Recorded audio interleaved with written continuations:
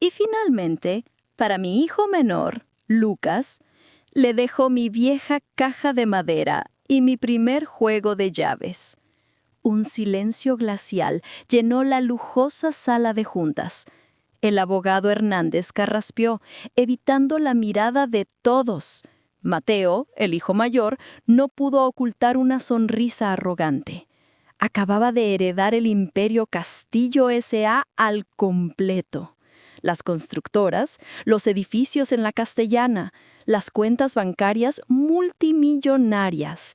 Mientras tanto, Lucas, la oveja negra de la familia, el artista, acababa de recibir el equivalente a basura del trastero.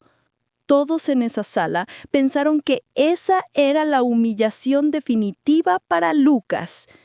No podían estar más equivocados, porque lo que ocultaban esos objetos aparentemente inútiles estaba a punto de destruir el legado que Mateo creía haber ganado. El viaje de Lucas, de regreso a su pequeño estudio en Malasaña, fue una marcha de vergüenza.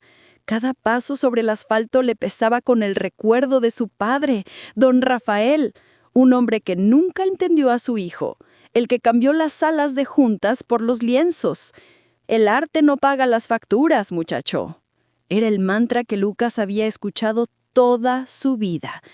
Y ahora, incluso desde la tumba, su padre había encontrado la forma de decírselo una última vez. Dejó caer la pesada caja de madera sobre la mesa de la cocina.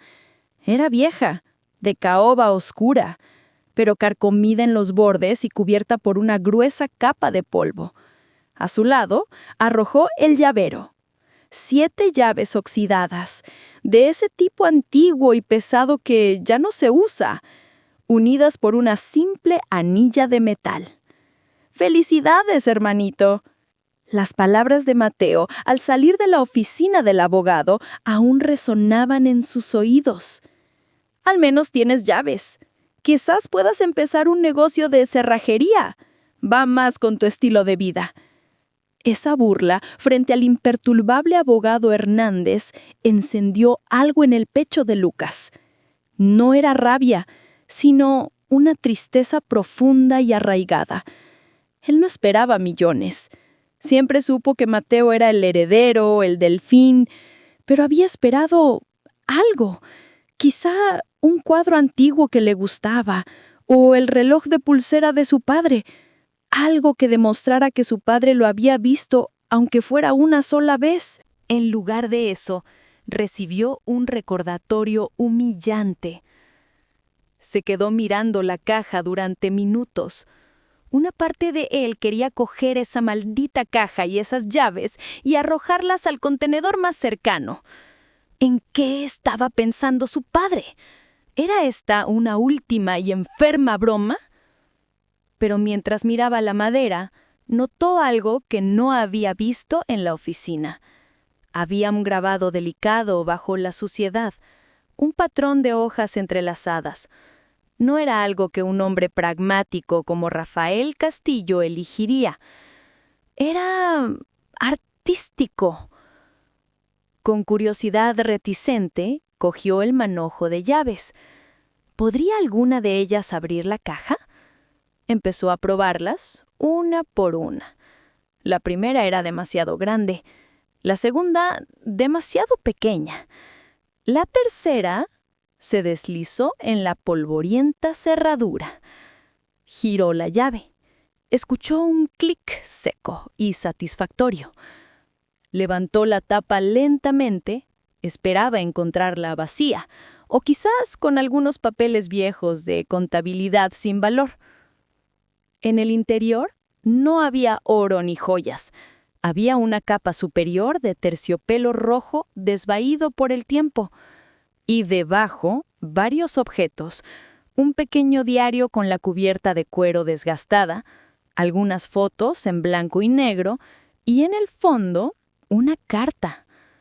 Estaba sellada con lacre, lo cual era extraño. Pero más extraña era la caligrafía en el sobre. No era la letra afilada y eficiente de su padre. Era una caligrafía elegante y redondeada. Para mi hijo, Lucas. Sus manos temblaron. Reconocía esa letra. La había visto en tarjetas de cumpleaños, en notas escondidas en su fiambrera del colegio. Era de su madre, Elena. Su madre había muerto de un cáncer repentino cuando Lucas estaba en la universidad.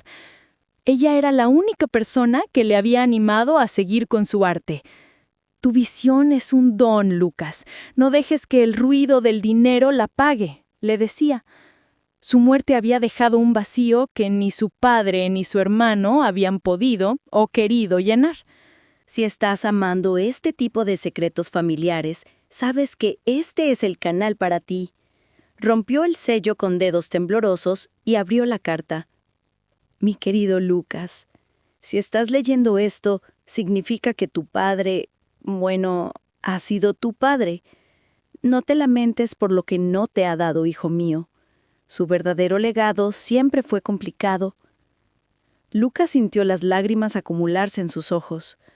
La voz de su madre, que creía casi olvidada, leía las palabras en su cabeza. Esta caja, continuaba la carta, era mía. Me la dio mi madre. A tu padre nunca le gustó, así que la guardé escondida. He ido añadiendo cosas a lo largo de los años, cosas que pensé que podrías necesitar algún día. Lucas volvió a mirar la caja. Ahora vio lo que no había visto antes. El pequeño diario era el diario de su madre. Las fotos eran de ella de joven, etérea y sonriente, antes de casarse con el Imperio Castillo. Tu padre es un hombre al que le gusta el control, Lucas. Construyó su imperio sobre eso. Pero yo construí mi vida sobre algo diferente, sobre el amor y sobre los secretos. Un pequeño puente de empatía comenzó a formarse en la mente de Lucas. ¿Estás sintiendo lo mismo que él? No eres el único que se ha sentido invisible en su propia familia. En esta caja encontrarás una llave.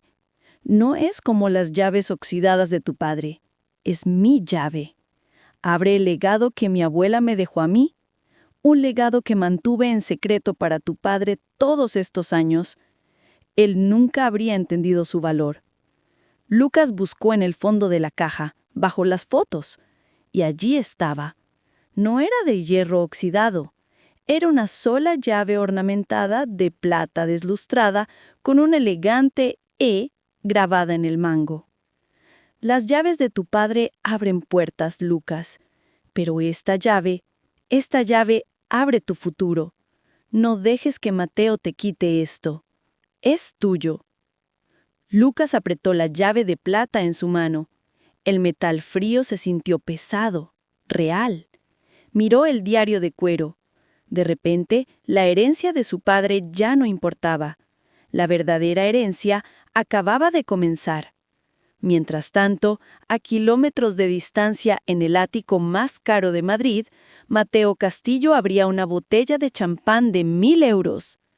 Por mí, brindó solo, mirando las luces de la ciudad que ahora le pertenecía. Y por el pobre tonto de mi hermano y su caja de basura. No tenía ni idea de que, en ese preciso instante, en un apartamento de Malasaña, Lucas estaba abriendo la primera página del diario de su madre.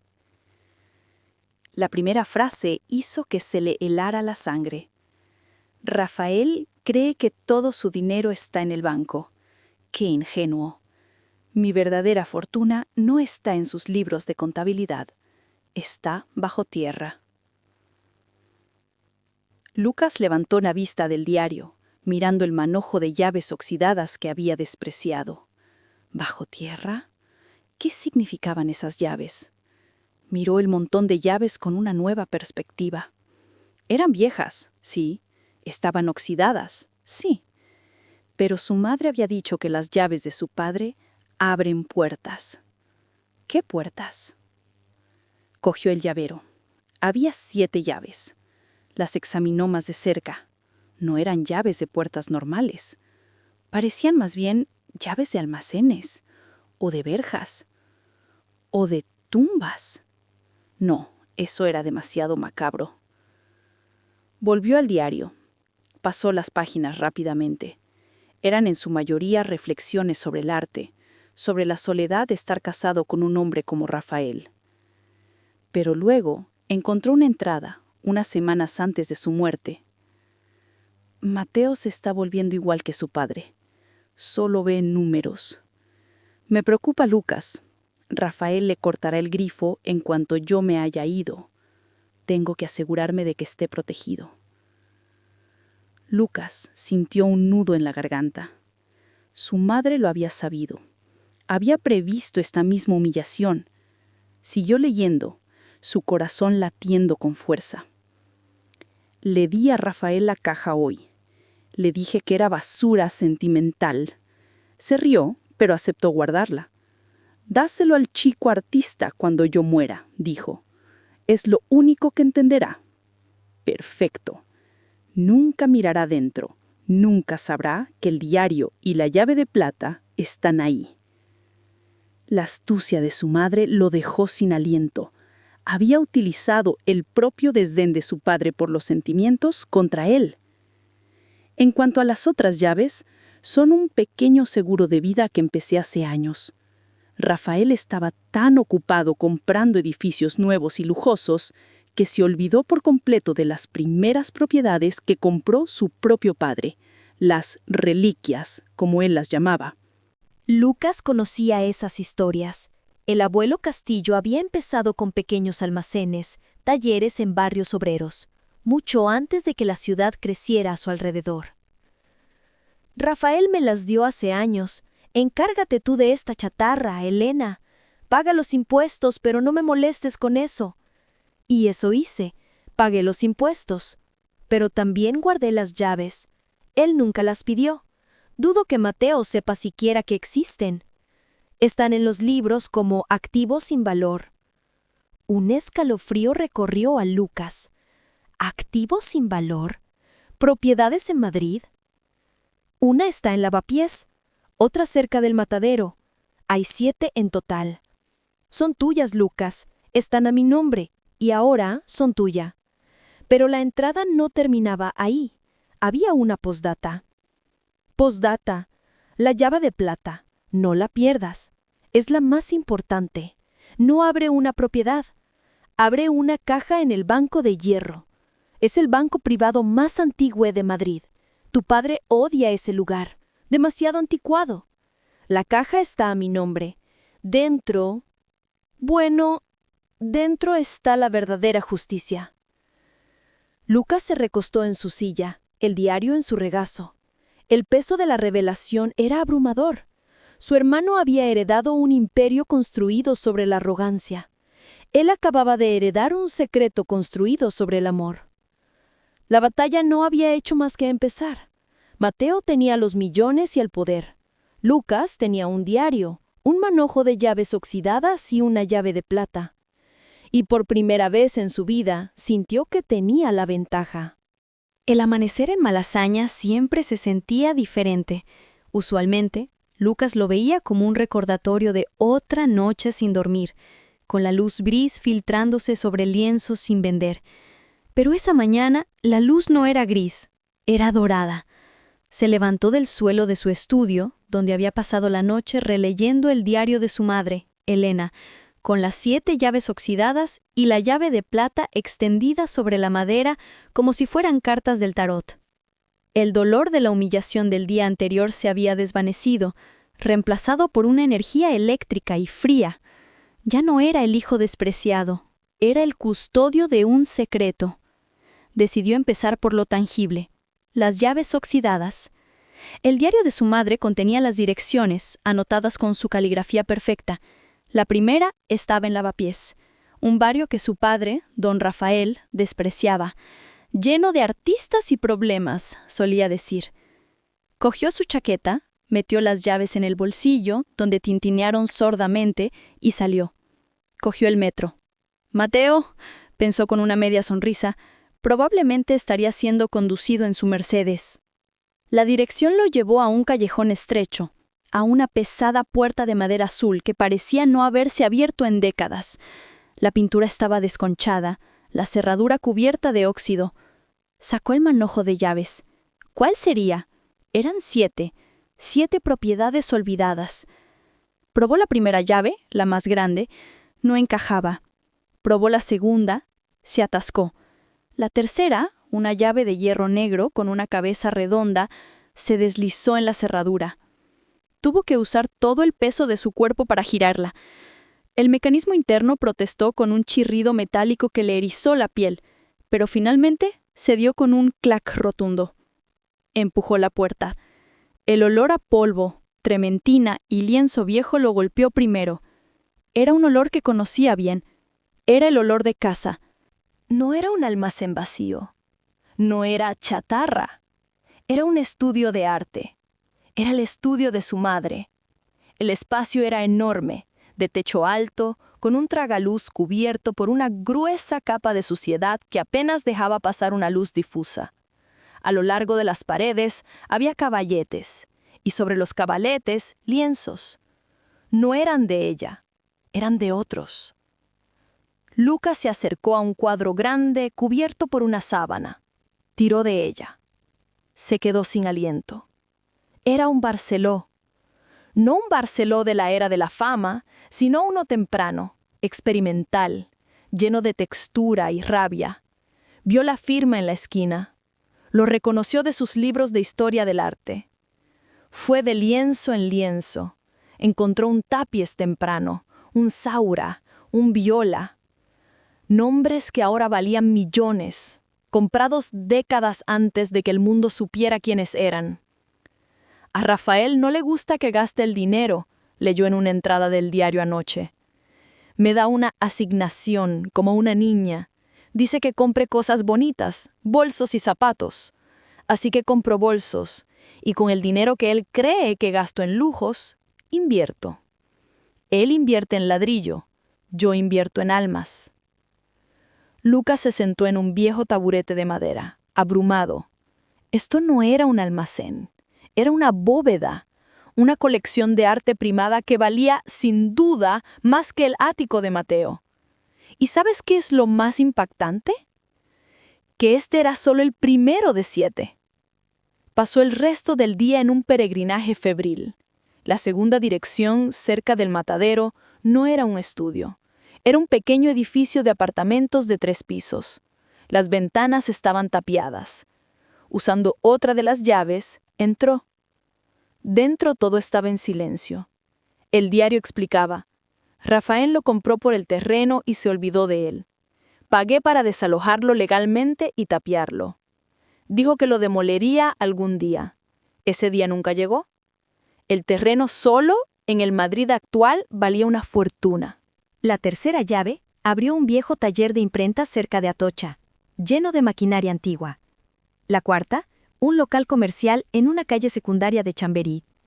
Una por una, Lucas fue abriendo las puertas que su padre había cerrado y olvidado.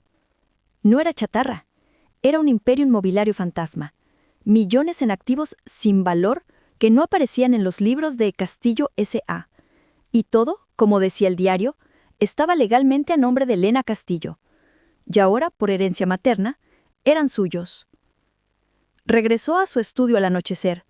Estaba exhausto, pero vibraba. Había pasado de ser un artista pobre a ser un magnate inmobiliario en menos de 8 horas. Sintió una punzada de algo extraño. ¿Culpabilidad? ¿Estaba esto bien? Su madre había engañado a su padre. Había vivido una vida doble, construyendo una fortuna paralela. Volvió a abrir el diario, buscando respuestas. Encontró una entrada cerca del final. Hoy he visto a Mateo burlarse de Lucas por un dibujo. Le ha dicho que es basura de niñas. Rafael estaba allí y no ha dicho nada. Se ha reído.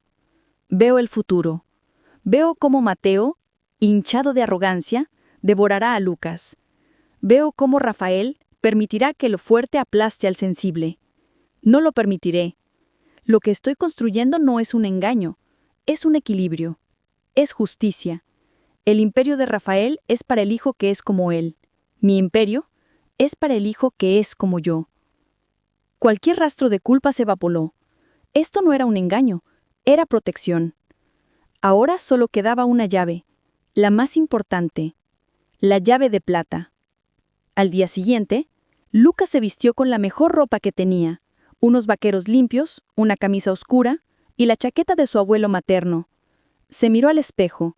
Seguía pareciendo un artista, pero sus ojos habían cambiado. Había acero en ellos. El banco de hierro no se parecía a los bancos modernos de cristal y acero de su padre. Estaba en una calle lateral de la Gran Vía, con una fachada de piedra oscura y puertas de bronce pesado. Parecía un lugar sacado de una novela. Entró. El interior era silencioso, con suelos de mármol y madera oscura. No había colas. Un hombre mayor, con un traje impecable, lo miró desde detrás de un escritorio de caoba. ¿Puedo ayudarle, señor? Su voz era discreta. El corazón de Lucas latía con fuerza. Yo tengo una llave, dijo, sintiéndose ridículo. El hombre no sonrió. Ya veo. ¿El nombre, por favor? Lucas Castillo. Era la caja de mi madre, Elena Castillo. El hombre ancidió lentamente, como si esto fuera el procedimiento más normal del mundo. Por supuesto, el señorito Castillo. Su madre nos informó de que vendría algún día. ¿Si es tan amable de acompañarme? Lo condujo a través de una reja de hierro forjado y bajaron por una escalera de mármol hasta la bóveda. Era como entrar en una película antigua. El aire era fresco y olía a metal y a papel viejo. El hombre usó su propia llave junto con la de plata de Lucas en una pared de cajas de seguridad. Hubo un clic pesado. «Su caja, señorito». Un empleado trajo la caja, pesada y metálica, a una sala de visualización privada. Era una habitación pequeña, forrada de terciopelo, con una sola silla y una mesa. Lo dejaron solo. Lucas miró la caja. Era el final del viaje. Respiró hondo y levantó la tapa. Dentro no había lingotes de oro. Había documentos. Docenas de documentos cuidadosamente archivados. Estaban los certificados de acciones, no de Castillo S.A., sino de empresas que Lucas apenas reconocía, empresas tecnológicas de los años 90, farmacéuticas, fondos de inversión internacionales. Eran las inversiones de la familia de Elena, el dinero antiguo, que su padre siempre había despreciado por no ser ladrillo. Estaban las escrituras. No de Madrid. Una escritura de un apartamento en el barrio del Le Marais, en París. Una escritura de una pequeña villa con vistas al lago de Como, en Italia. Y en el fondo, igual que en la caja de madera, había una última carta, con la misma letra elegante. Mi león, Lucas. A Lucas siempre le había llamado así cuando era pequeño. Tu padre siempre midió la fuerza en acero y hormigón. Yo la veo en tus colores y en tu corazón. Esto es tu herencia. No es del Imperio Castillo. Es a pesar de él. Es el dinero de mi familia, mi amor y mi protección. Úsalo para ser libre. Úsalo para vivir la vida que tú elijas, no la que él te exigió. Tu hermano ha elegido la jaula de oro. Tú, mi amor, te quedas con las alas. Lucas cerró los ojos. Las lágrimas que no había derramado en el funeral de su padre, las que no había derramado en la lectura del testamento, cayeron ahora. Eran lágrimas de alivio, de comprensión, de amor puro. Ya no era Lucas Castillo el artista fracasado. Era Lucas, el hijo de Elena, y era libre. Una semana después, Mateo Castillo recibió una invitación. No en un correo electrónico de negocios, sino una tarjeta gruesa, de color crema, entregada por un mensajero. Restaurante Salacaín. Sala privada. 14 horas, LC. Mateo frunció el ceño. ¿Salacaín? ¿Lucas? ¿Desde cuándo podía su hermano permitirse ni siquiera mirar el menú de ese restaurante? Probablemente iba a pedirle dinero. La humillación de la herencia no había sido suficiente. Llegó puntual, con su traje de 1.000 euros, exudando confianza. Abrió la puerta de la sala privada, preparando su discurso condescendiente. Lucas ya estaba allí. Estaba sentado a la mesa, no bebiendo una cerveza barata, sino una copa de agua con gas. No llevaba su ropa manchada de pintura. Llevaba un traje de lino de color arena que parecía hecho a medida. Estaba tranquilo. Lucas, dijo Mateo, sentándose sin que le invitaran. «Bonita sala. ¿Te ha tocado la lotería?» «Algo así», dijo Lucas con calma. Su voz era diferente. No había ni rastro de la inseguridad habitual.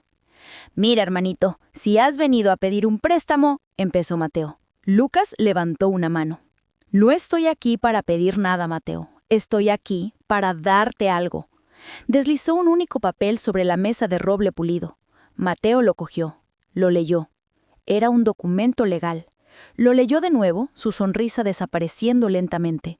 «¿Qué broma es esta?», espetó. «No es ninguna broma», dijo Lucas. «Es un aviso de desalojo». «¿Desalojo? ¿De qué? ¿De tu estudio de mierda? ¿Quieres que la empresa te pague un sitio nuevo?»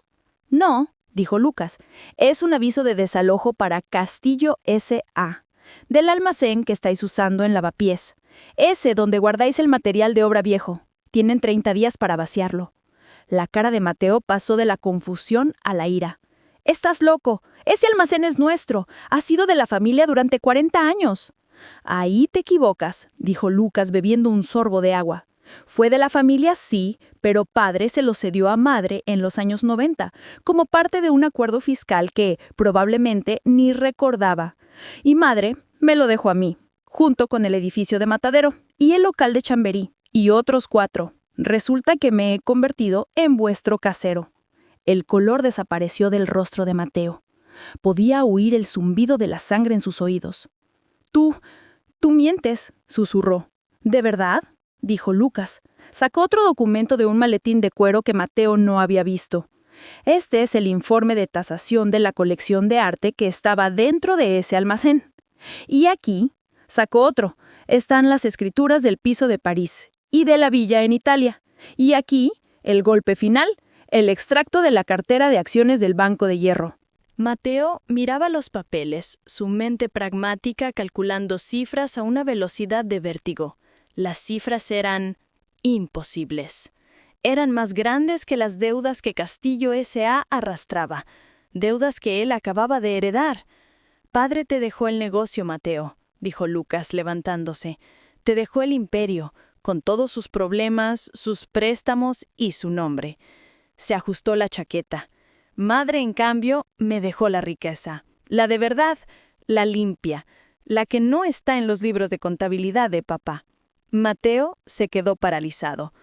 Había ganado la batalla por el trono solo para descubrir que el castillo estaba construido sobre arena, mientras que el hermano que había despreciado acababa de heredar la mina de oro escondida. «Disfruta de tu almuerzo, Mateo», dijo Lucas, dirigiéndose a la puerta. «Yo pago. Considéralo un regalo de despedida».